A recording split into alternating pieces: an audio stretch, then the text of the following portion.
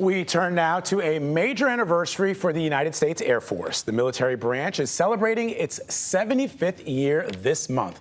Throughout its history, the Air Force has distinguished itself with innovation and cutting-edge technology. Now, it faces challenges like low recruitment numbers and escalating tensions overseas from Europe to Asia.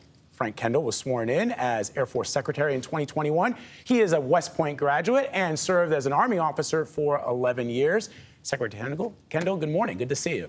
Thank you. Good to be with you. So I had the opportunity before the pandemic to spend some time with the 8th Fighter Wing in Gunsan, South Korea. And I was up in a backseat of an F-16. And this wasn't a joyride. We were actually on a training mission to the DMZ where Captain Clisette simulated a bomb drop on an enemy target and surface-to-air missile evasion.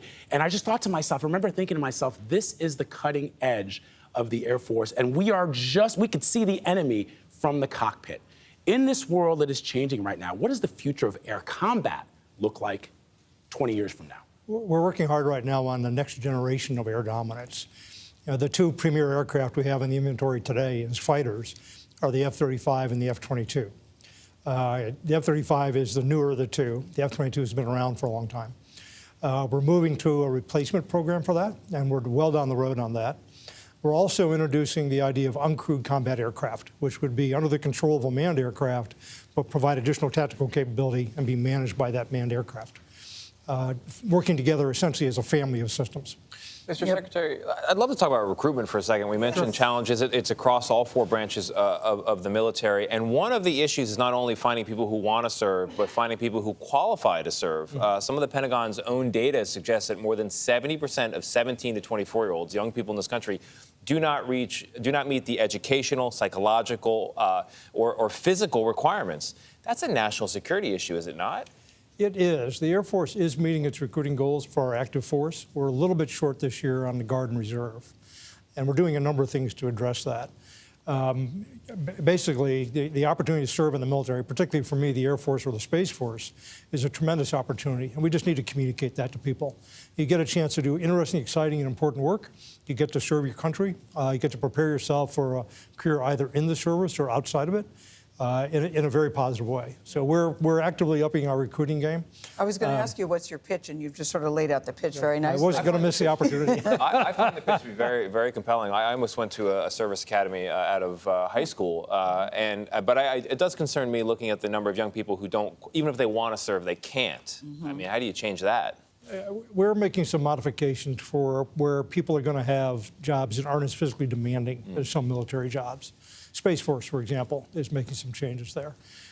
Some jobs in the Air Force. Some jobs require a lot of physical capability. Almost all of our jobs require reasonable mental capability, intellectual capability. So we're doing some things to adjust on our side as well. You also mentioned Space Force. Can you just, what exactly is it? Who gets to join? Who gets to play? And how does that work? What are your goals there? Because we all hear the term Space Force. It means many things to different people. The Space Force is now coming up on 3 years old. It was created primarily out of Air Force units, but also units from the Navy and the Army as well.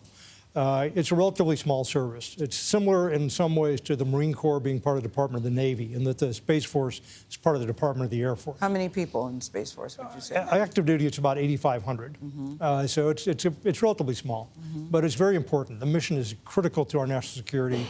The programs that they do and the services that they provide, as well as the ability to contest for control of space, which is becoming increasingly necessary, is a really important mission. Mr. Secretary, I've got a genuine question about UFOs, not as like little green men and aliens, but the idea that there could be some sort of technology out there. He said, I'm going to take a sip of water. Yeah, you got the Secretary to laugh and smile for a moment there, so I think that's a good question. No, I mean, the UFO question. He said, what's wrong with little green men? I mean, there's military video of aviators who have seen things that cannot be explained, right? And there's an active investigation. I think the worry is not that it's little green men, but that it's another country with technology that we've not seen before. So from where you sit, are UFOs a real issue?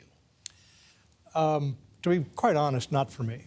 I have real threats that I worry about every day, and they're severe threats.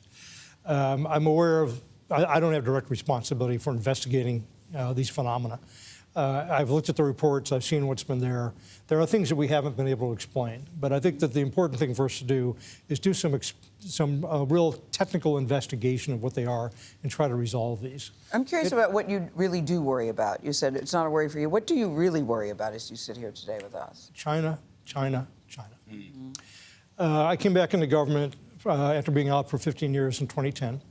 And I observed right away that China was, from the intelligence reports, that China was trying to field a set of capabilities designed to defeat the United States in the vicinity of China, to deny us the ability to project power close to the vicinity of China. And in the last dozen years, they've continued down that path. They've been fairly open-minded and innovative, technically reasonably sophisticated. They have identified what they think are the high-value targets for them to attack. It includes things like aircraft carriers, our forward air bases, and our satellites in space. And so we have a formidable problem there that we have to address. And so when people say that, why are you spending money on the next generation of fighters, F-22s and F-35s, when we have aircraft already capable of destroying 95% of the world's air forces, you say, because we're not focused on those threats, this is the threat.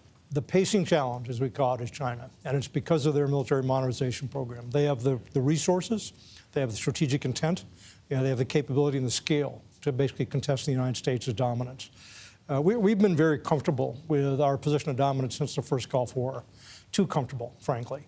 I was a Cold Warrior. I spent the first 20 years of my career worrying about the Soviet Union. So I know viscerally what it is like to have a peer competitor. We have one.